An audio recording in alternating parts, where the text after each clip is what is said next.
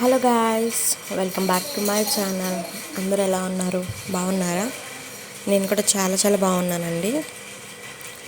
So ఈరోజు vlog అయితే after breakfast తర్వాత స్టార్ట్ చేశాను. సో ఇక్కడైతే నేను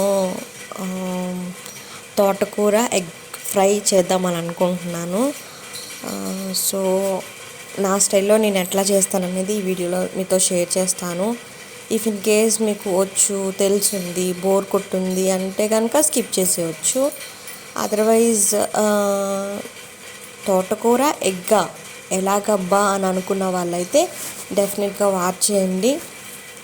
అండ్ ఇదైతే నేను దంచికి కూడా పెట్టేస్తానన్నమాట. అస్సలు కారం ఉంది బాగాలేదు అని అస్సలు అనిపించకుండా తినేస్తుంది. బికాజ్ కారం తక్కువ వేస్తాను అండ్ ఎగ్ వేస్తాం కాబట్టి పిల్లలకి డెఫినెట్లీ నచ్చుతుంది. అండ్ అలాగే ఆకుకూరలు నచ్చని వాళ్ళంటే తినరు కదా కొంతమంది, దట్టు తోటకూర అయితే అస్సలే తినరు. సో అలాంటి వాళ్ళకైతే ఈ రెసిపీ మేబీ నచ్చొచ్చు. సో అందుకని చెప్పి నేను ఇక్కడ షేర్ చేస్తున్నాను, ఈజీ అయినప్పటికీ.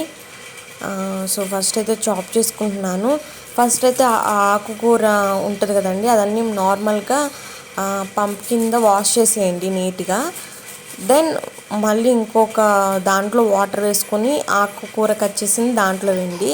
సో ఏమవుతుందంటే ఒక్కోసారి ఆకుకూరలో ఏమన్నా చిన్న చిన్నవి వస్తూ ఉంటాయి కదా పురుగులు, అవి వచ్చినా మనం ఫస్ట్ వాష్ చేసినప్పుడు పోయినా ఇఫ్ ఇన్ కేస్ ఏమన్నా ఒక 50% లేదా 30% ఏమన్నా అందులో ఉన్నట్లయితే ఈ వాటర్లో పైన తేలుతాయి. సో దెన్ మనం తీసేయచ్చు. సో ఏంటి ఇట్లా చెప్తున్నాను అనుకోవద్దు, ఇది ట్రూతే కాబట్టి చెప్పచ్చు న్యాచురల్గా. సో అదన్నమాట. సో ఇది చిన్నగానా పెద్దగానా ఎట్లయినా కట్ చేసుకోండి, బికాజ్ మనం ఆయిల్లో వేస్తున్నప్పుడు అది మగ్గిపోతుంది. సో నేను అది మీకు క్లియర్గా చూపిస్తాను. సో నేను ఇక్కడైతే 3 తోటకూర కట్టలు తీసుకున్నాను. సో దాంట్లోకి ఒక్కటంటే ఒక్కటి ఎగ్, మనం ఎగ్ వేసాము అన్నట్టు వేసుకుంటే చాలు. లేదు ఇంకా టేస్టీగా కావాలి అనుకుంటే కూడా ఇంకో 2 వేసుకోవచ్చు. అండ్ ఇది ఇప్పుడు నేను చేస్తున్న రెసిపీని మనం చపాతీ రోల్లో కూడా పెట్టుకుని తినవచ్చండి. చాలా చాలా బాగుంటుంది. అదైతే నేను ఇంకెప్పుడైనా మీకు చేసి చూపిస్తాను డెఫినెట్గా. సో చూసారు కదా, నేను 3 ఆకుకూర కట్టలకి ఒక్క ఆనియన్ తీసుకున్నాను. 3 to 4 లేదా 5 అన్న వేసుకోవచ్చు మిర్చి, బికాజ్ నేను కారం తక్కువ వేస్తాను కాబట్టి. మ్యాక్సిమం పిల్లలకి ఇచ్చినప్పుడు గ్రీన్ మిర్చినే వేసుకోండి. మనం కలుపుతున్నప్పుడు అవి తీసేయచ్చు. సో ఎక్కువ కారం ఉండదు, మనం కొంచెం వేసినట్టు కూడా అనిపిస్తుంది కాబట్టి. సో ఆయిల్ అయితే హీట్ అయిన తర్వాత నేను ఇక్కడ ఆనియన్స్, గ్రీన్ మిర్చి వేసేసుకుంటున్నాను. సో వీటిని బాగా మగ్గనిచ్చేస్తే అట్లా వదిలేండి ఒక 5 to 10 minutes. నేనైతే ముందుగానే పసుపు ఇంకా ఉప్పు కూడా వేసేసుకుంటున్నాను. లేదు ఆనియన్ మగ్గిన తర్వాత వేసుకోవాలంటే వేసుకోవచ్చు, బికాజ్ ఇక్కడ నేను కొంచెం ఫాస్ట్గా చేసేయాలనుకుంటున్నాను. బిఫోర్ బాత్ అనమాట, మళ్ళీ నేను బాత్ చేశాక పూజ చేసుకోవాలి కాబట్టి నేను ఇక్కడ ఫాస్ట్గా చేసేసుకుంటున్నాను అనమాట. ఇది మగ్గేలోపు నేను అభికి స్నానం చేపించేశాను. సో చూసారు కదా, చక్కగా గోల్డిష్ కలర్లో వచ్చేసింది ఆల్మోస్ట్. సో దాని తర్వాత మనం చక్కగా వాష్ చేసుకున్న తోటకూరని వేసేసుకోవడమే. చూసారు కదండి, బౌల్ నిండి వచ్చింది ఆకుకూర. బట్ ఒక 5 minutes తర్వాత చూస్తే ఏంటి ఇంతేనా, ఒక కట్ట కట్ చేసామే ఏంటి అన్నట్టు ఉంటుంది అనమాట. సో చూస్తారు కదా, మీరే చూడండి. అంటే ఆబ్వియస్లీ అందరికీ తెలిసి ఉండొచ్చు, బట్ ఫస్ట్ టైం చేసిన వాళ్ళకైతే ఆశ్చర్యంగా అనిపిస్తుంది. నిజంగానే నేను 3 కట్టలు కట్ చేశానా లేతే నా మధ్యపటితో మర్చిపోయానా అన్నట్టు అనిపిస్తుంది అనమాట. సో అంతలాగా మగ్గిపోతుంది. సో నేను చేస్తున్న ఈ కర్రీ ఓన్లీ దంచికి నాకు మాత్రమే. ఆఫ్టర్నూన్ ఇద్దరం తినగా మళ్ళీ ఈవినింగ్ దంచికి కూడా ఇదే పెట్టాను అనమాట నైట్కి డిన్నర్లో. సో ఇంట్లో మీరు ఎక్కువ మంది ఉంటే కనుక చూసుకుని వేసుకోండి. చూసారా ఎంత కొద్దిగా అయిపోయిందో. సో మీరు చూసుకుని వేసుకోండి. మగ్గిపోయిందనమాట.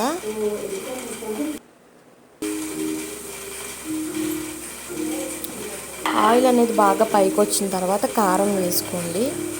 చూసారా, నేను హాఫ్ అంటే హాఫ్ టేబుల్ స్పూన్ వేసాను, సరిపోతుందండి నాకైనా దంచికైనా. ఎప్పుడైనా గుర్తుపెట్టుకోండి, బాలింతలు అంటే ఇప్పుడు 5 months అయిపోయింది కాబట్టి బాలింత కాకపోవచ్చు. బట్ ఎవరైనా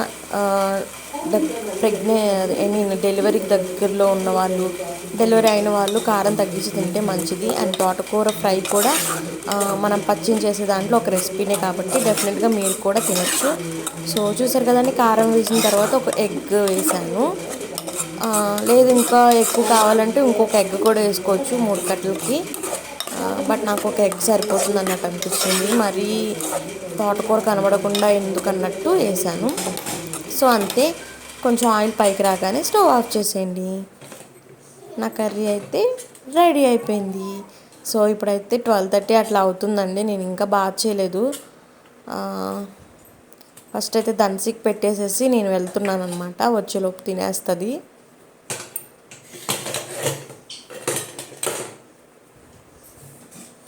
ఒక్కోసారి అయితే బాగానే తింటుంది, ఒక్కోసారి అయితే విసిగిస్తుంది. ఇప్పటికైనా ఇప్పుడు నేను పెట్టినప్పుడు కూడా అంతే, ఒక 2 ముద్దలు తినిన తర్వాత మళ్ళీ నన్ను తినిపించమనింది. అట్లా విసిగిస్తూ ఉంటుంది. అభి అయితే చక్కగా నేను ఆల్రెడీ బాత్ చేయించేసాను కదా, పడుకుంటాడు చక్కగా. ఒక 1 hour హాయిగా పడుకుంటాడు డిస్టర్బ్ చేయకుండా. సో అది అయిన తర్వాత దంచి ఆల్మోస్ట్ ఒక 10 days నుంచి పిజ్జా అని అడుగుతూనే ఉంది. అంటే ఈ వీడియోకి ముందు రోజు వాళ్ళ డాడీని కూడా అడిగింది పిజ్జా కావాలి అని.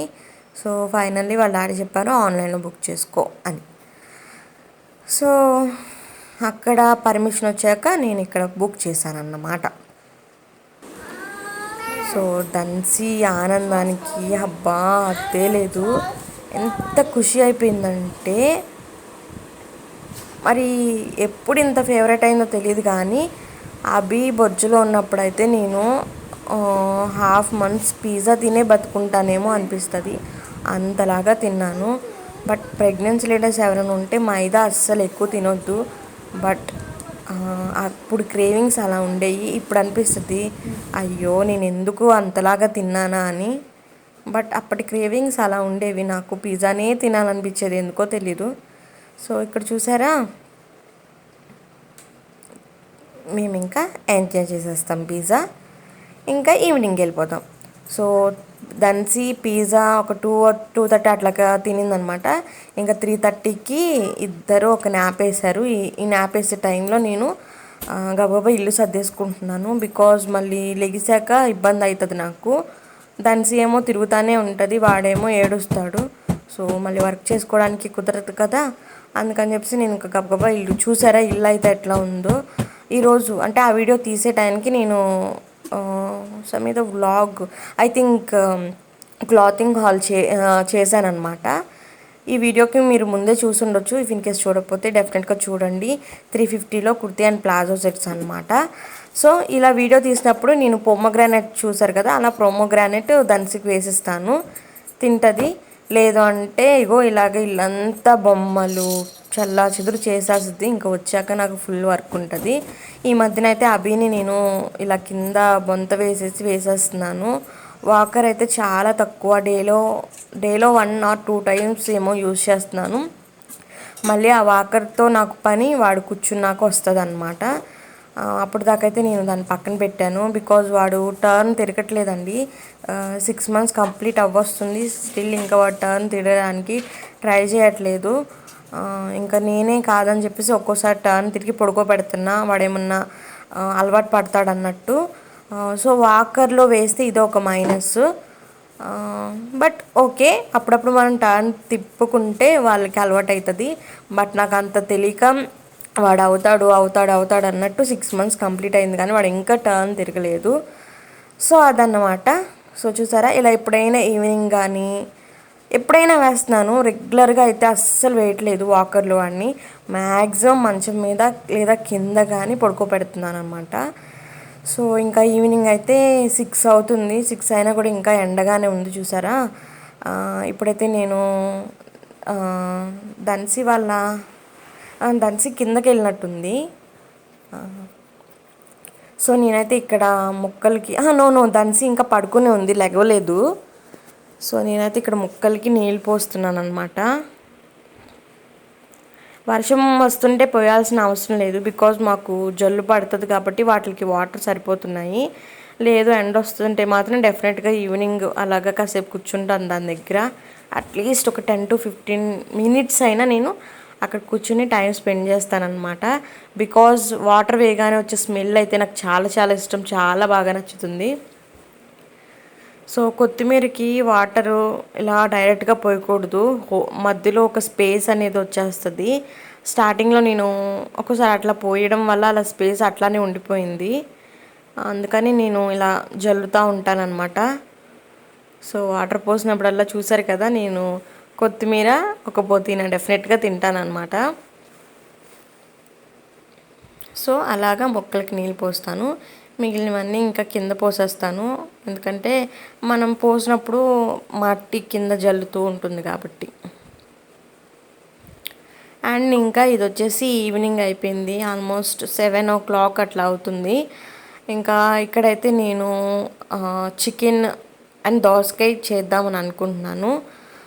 సో దానికోసం నేను ఒక దోసకాయ అండ్ ఇంకా ఒక ఆనియన్, పచ్చిమిరపకాయలు కట్ చేసుకుంటున్నాను అనమాట.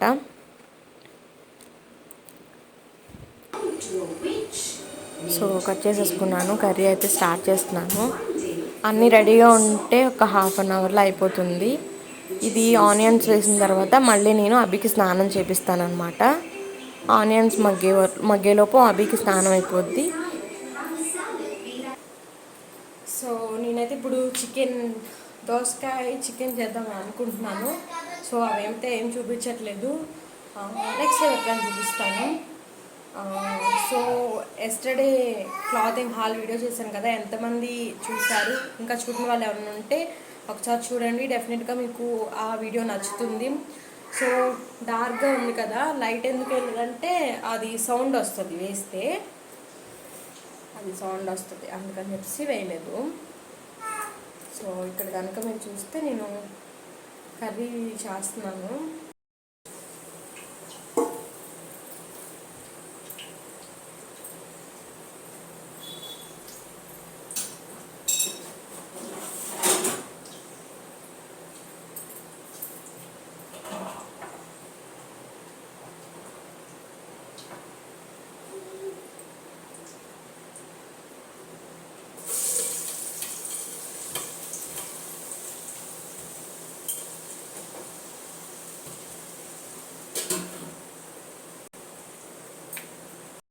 సో చూసారు కదండి, దోసకాయ చికెన్ అయితే రెడీ అయిపోయింది.